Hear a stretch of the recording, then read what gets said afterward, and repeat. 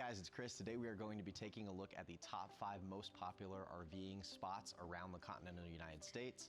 Whether you've been RVing for a long time or whether you're relatively new to it, you probably kind of have a bucket list, so to speak, of places that you want to visit. So if these aren't already on your list, make sure to add them. And if you have already been to one of these spots, make sure to let us know in the comments. So without further ado, let's get started. So first up on our list is going to be Yosemite National Park. Now obviously Yosemite's famous world over, so it doesn't need a ton of explanation as to why that's the most popular.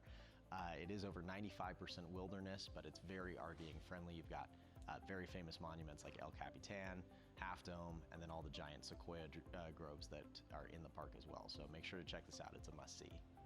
Next up is the Pike and San Isabel National Forest area here in Colorado, where we're based. There's over 55 campsites in and around the forested area. It has been heavily damaged by wildfires in recent years, but it's still a very popular spot. And if you're looking for a personal recommendation as far as hikes or anything like that, Devil's Head is a very popular one. It's not too difficult or strenuous, so that's a great hike to check out, and just the area in general, so make sure you do that. Third on our list is going to be Deschutes National Park in Oregon. This one's kind of a personal favorite of mine on the list because there's active lava flows in the park. Maybe that's your thing, maybe it's not, but it's kind of cool to me. There's also over 250 caves in the park as well, so it's definitely worthwhile to just kind of explore. So if you're in the Northwest region, make sure you check that out. Next up is the Uinta-Wasatch-Cache National Forest. Try saying that 3 times fast. This is located primarily in Utah, but it does extend up into Idaho. There's over 7 different wilderness regions within it.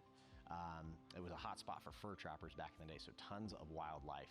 And there is some camping down towards Salt Lake in Utah, but it does get more sparse the further north you go, so just be aware of that, but definitely a worthwhile area to check out. And last on our list, we have Lake Georgetown, which is in Texas.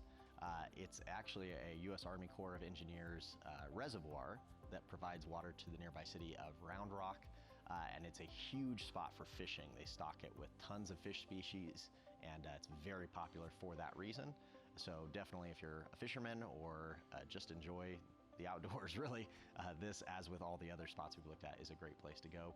There is no overnight camping directly around the lake, but there is camping on the San Gabriel River, which dumps into the reservoir, so it's pretty easy to get to be honest. So another great spot to add to your list.